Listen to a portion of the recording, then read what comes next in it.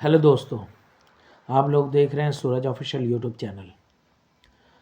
आप लोगों ने सुना होगा बिल्किस बानो गुजरात के रहने वाली एक औरत है जिनके साथ रेप 11 लोग करते हैं और उनके घर वालों का कत्ल कर देते हैं, उनके घर वालों को मार डालते हैं।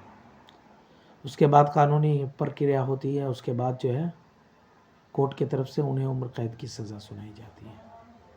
मगर उम्र कैद की सज़ा सुनाने के बाद अचानक कई सालों के बाद जो है अगस्त के महीना 15 अगस्त को खबर आती है कि जो है बिल्किस बानो के रेपिस्ट को आज़ाद कर दिया गया, उनके गुनाह को माफ़ कर दिया गया। क्यों माफ़ कर दिया गया? जब माफ़ किया भी गया, माफ़ रेपिस्ट आ रहे हैं, उनके स्वागत के लिए बीजेपी के नेता खड़े हुए थे। बीजेपी के नेता फूलों का माला डालकर इस्तकबाल कर रहे थे उनके आने की खुशी में, और उन्हें मिठाइयाँ खिला रहे थे। और विश्व हिंदू परिषद के संगठन ने भी उन्हें फूल माला डाला, उन्हें मिठाइयाँ खिलाई, और उसके साथ साथ जो है बीजेपी गवर्नमेंट के बहुत सारे मिनिस्टर ने जो है मंत्रियों ने उन्हें मिठाइयाँ खिलाई, फूल माला पहनाया गया। उन्हीं में से एक लड़कियां जो है उन्हें तिलक भी लगा रही थी चंदन का। कोई जंग जीत के नहीं आए थे ये लोग, रेपिस्ट थे, अपनी सज़ा काट के आ रहे थे, वक्त से पहले छोड़ा गया था। मगर बिल्किस बानो ने हार नहीं मानी, फिर से सुप्रीम कोर्ट का दरवाज़ा खटखटाया तो सुप्रीम कोर्ट ने उनकी बात सुनी। बात सुनने के बाद जो है 1 साल 1 महीना सुनने के बाद कल सुप्रीम कोर्ट ऑर्डर देता है कि इन्हें जो है आज़ाद करना गैर कानूनी प्रक्रिया थी, ये कानून के दायरे के अंदर नहीं आता, इनको छोड़ देना, इनके सज़ा को माफ़ नहीं किया जा सकता था। सुप्रीम कोर्ट ने यहाँ तक अपने स्टेटमेंट में कहा कि इन्हें फौरन 1 हफ्ते के अंदर जो है दोबारा सलाखों के पीछे डाल दिया जाए।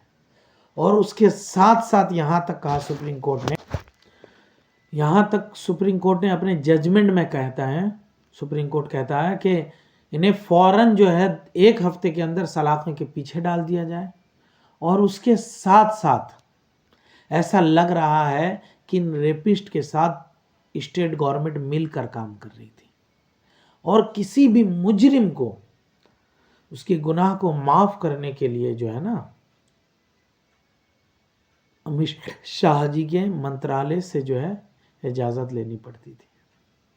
अमित शाह जी ने खामोशी के साथ इजाज़त दे दी कि आप जाइए और इन सारे 11 रेपिस्ट को आज़ाद कर दीजिए।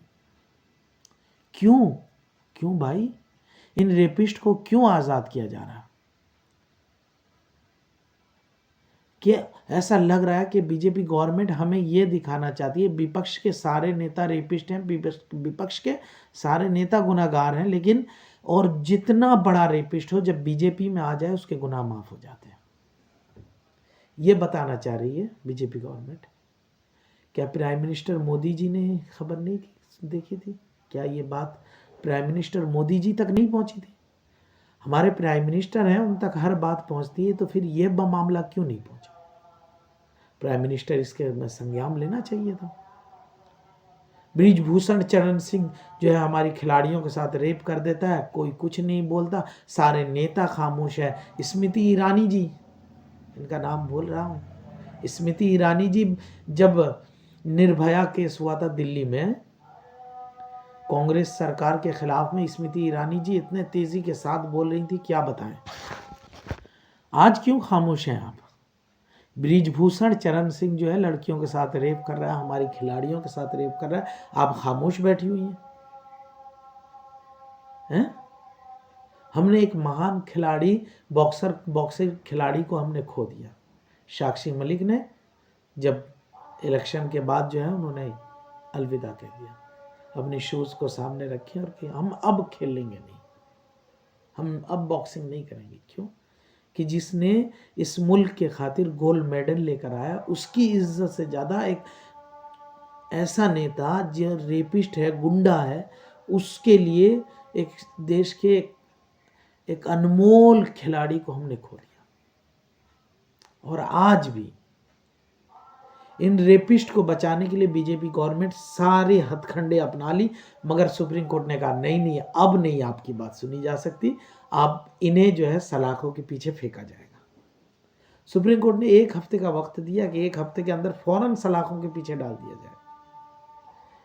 अब जो है क्या अमित शाह जी, आपको इंसाफ नजर नहीं आ रहा? आप क्या बताना चाह रहे हैं देश को? अब धर्म की राजनीति को खत्म करें। अब लोग पढ़े लिखे हैं, समझदार हो गए हैं हमारे दोस्त, हमें हिंदू मुस्लिम में ना उलझाएं। अब जो है रेपिस्ट कोई भी हो, किसी धर्म का हो, वो रेपिस्ट है।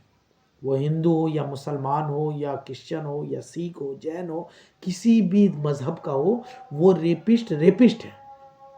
वो किसी धर्म से नहीं हो सकता, और जो धर्म को मानेगा वो कभी रेप नहीं कर सकता। मैं खुल के बात कहता हूं कि बीजेपी की गवर्नमेंट गुजरात में रेपिस्ट को आज़ाद किया गया। बीजेपी की गवर्नमेंट यूपी में रेपिस्ट को बचाने के लिए रातों रात बच्चियों के लाश को जला दिया गया, रेप किया गया था उस बच्ची के साथ। बीजेपी की गवर्नमेंट मणिपुर में भी रेप करने के बाद नंगा करके दौड़ा दिए गए सड़क पर लड़कियों को। ये कह रहे हैं कि बेटी बचाओ बेटी पढ़ाओ। अब बेटी बचाए कौन, हम कैसे बचाएं? आपके नेता ही नोच रहे हैं हमारी बच्चियों को, आपके नेता ही नोच रहे हैं हमारी बेटियों को, हमारी बहनों को, हमारी माओं को। आप बीजेपी गवर्नमेंट फिर कहती है बेटी बचाओ बेटी पढ़ाओ। हम तो बचा लेंगे, ये इन लोगों से, आम लोगों से बचा लेंगे, आपके नेताओं से कैसे बचाएं ये बता दें हमें।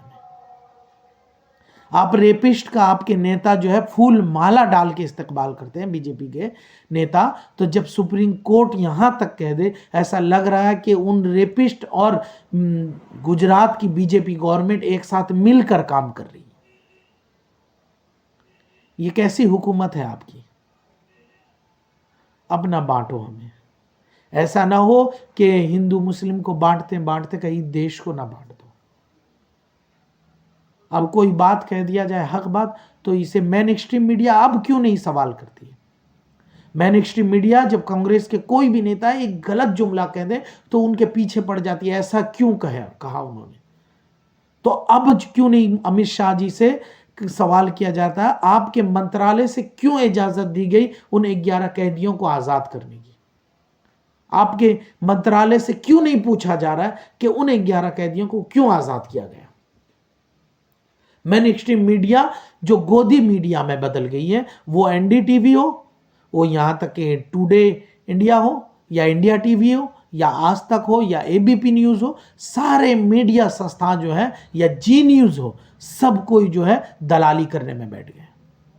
सब जो है सारे चैनल वाले अब इस बात को खत्म कर रहे हैं। अब हम मानते हैं राम मंदिर उद्घाटन होने वाला है, उससे हमें कोई एतराज नहीं, राम मंदिर का उद्घाटन हो, राम जी की मंदिर बनी, उससे कोई परेशानी नहीं, मगर हमें राम जी के साथ साथ सही खबर तो बताओ। आप क्यों नहीं बता रहे हो? इस खबर को दबाने के लिए मेन एक्सट्रीम मीडिया इधर उधर की बात कर रही है, हिंदू मुसलमान का डिबेट चला रही है। अब जब न्यूज़ चैनल खोलते हैं ना, वो आज तक हो या एबीपी न्यूज़ हो या एनडीटीवी हो या जी टीवी हो, ऐसा लग रहा है कि इस देश में हिंदू मुसलमान के अलावा कोई बात ही नहीं है। बेरोजगारी की बात करो,